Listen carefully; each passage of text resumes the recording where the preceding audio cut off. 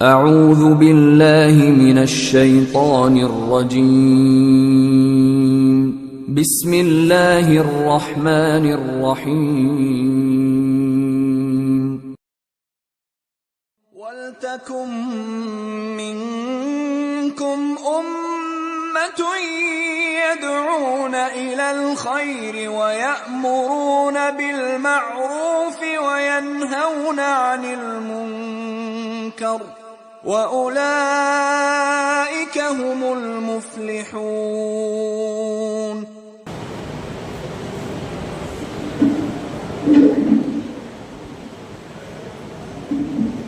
السلام علیکم ورحمۃ اللہ وبرکاتہ. الحمد للہ وحدہ والصلاة والسلام علی من لا نبی بعدہ اما بعد فاعوذ باللہ من الشیطان الرجیم بسم اللہ الرحمن الرحیم. وَلْتَكُن مِّنكُمْ أُمَّةٌ يَدْعُونَ إِلَى الْخَيْرِ وَيَأْمُرُونَ بِالْمَعْرُوفِ وَيَنْهَوْنَ عَنِ الْمُنكَرِ. محترم صدر صاحب، اساتذہ کرام، مہمانان اعظام اور پردہ نشین خواتین، آج کی اس محفل میں میری تقریر کا عنوان ہے اصلاح معاشرہ میں نوجوانوں کی ذمہ داریاں. نوجوان بھائیوں، نوجوان قوم کے سب سے قیمتی سرمایہ ہوتے ہیں. قوم کو ان سے بہت سی امیدیں لگی ہوتی ہے، اسی لیے کتاب و سنت میں جوانی کی عمر کو بڑی اہمیت دی گئی ہے اور قیامت کے دن نوجوانوں سے ان کی جوانی کے بارے میں سوال کیا جائے گا، جیسا کہ حدیث میں ہے کہ حیا شبابہ فیما ابلا، اس جوانی کو کس میں لگایا. اور یہ دوسرے مقام پر اللہ کے نبی صلی اللہ علیہ وسلم فرماتے ہیں المؤمن القوی خیر واحب الی اللہ من المؤمن الضعیف، یعنی قوی اور صحت مند مومن اللہ کے نزدیک کمزور اور ضعیف مومن سے کہیں زیادہ بہتر اور پسندیدہ ہے. یہ معلوم ہے کہ اسلام کی سربلندی اور میدان جنگ میں جو کام ایک طاقتور اور مضبوط شخص انجام دے سکتا ہے وہ ایک کمزور شخص انجام نہیں دے سکتا.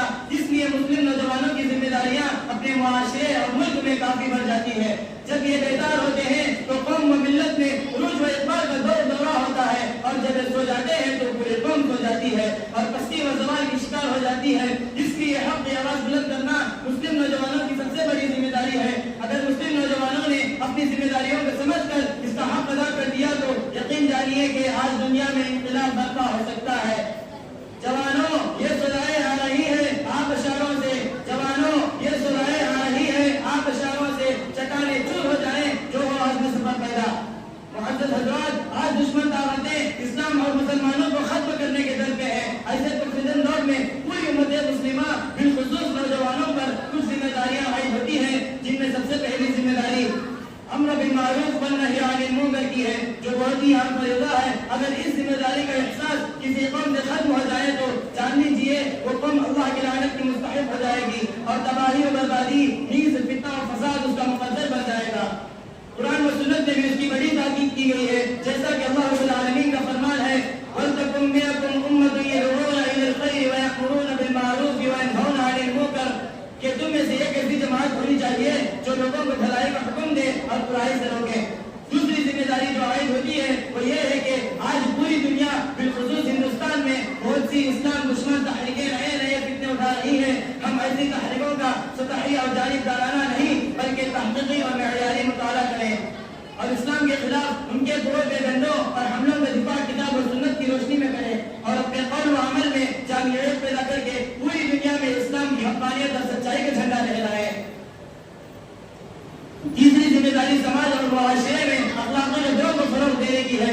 آج ہم جب اپنے مسلم معاشرے کا جائزہ لیتے ہیں تو ہمارے معاشرے میں اخلاق و کردار، شرم و حیا اور پاکدامنی کا دور دور تک پتہ نہیں چلتا. اس کے برخلاف نافرمانی اور شرعی احکام کی خلاف ورزی کا عام چلن ہے اور کھلے عام گناہ کے کام کیے جا رہے ہیں. نماز سے دوری، کتاب و سنت سے لاپرواہی، حق تلفی، آپسی اختلاف، مفت حسد اور کینہ کپٹ ہمارا شیوا بن چکا ہے.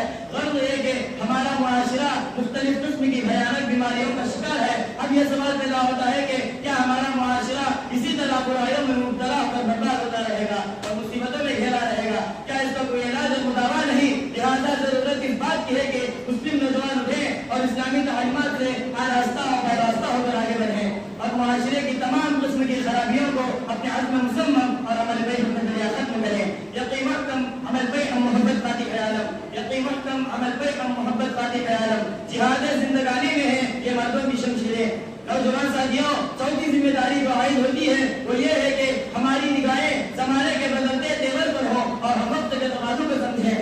آج جب کہ مسلمانوں کو اسلام سے دور کرنے کی ناپاک کوشش کی جا رہی ہے, کیا وقت کا تقاضا یہی ہے کہ ہم ایک دوسرے کے حصوں میں پڑے رہیں اور بغض و حسد, کینہ کپٹ اور تکبر و گھمنڈ اور تزویر و تحقیر جیسے برے کاموں میں لپت رہے؟ قطعاً نہیں, بلکہ ایسی صورتحال میں جو ذمہ داری عائد ہوتی ہے وہ یہ ہے کہ مل جل کر بکھرے ہوئے لوگوں کو ایک لڑی میں پروئیں اور واعتصموا بحبل اللہ جميعا ولا تفرقوا کا درس دیتے ہوئے ایک پلیٹ فارم پر جمع کریں, پھر باقی طاقتوں کے مقابل میں پنجہ آزمائی کے لیے نکل پڑے. جوانوں, مڑ سکتے ہو تو موڑو رخ زمانے کا, جوانوں مڑ سکتے ہو تو موڑو رخ زمانے کا, اگر ہمت نہیں رکھتے تو پھر تم نوجوان کیوں ہو. آخر میں اللہ تعالیٰ سے دعا ہے کہ اللہ تعالیٰ ہماری صفوں میں اتحاد پیدا کرے, نوجوانوں کو صالح اور مصلح دین اور سچا داعی کے بعد مجاہد بنائے. آمین. وآخر دعوانا الحمد للہ رب العالمین. السلام علیکم ورحمۃ اللہ وبرکاتہ.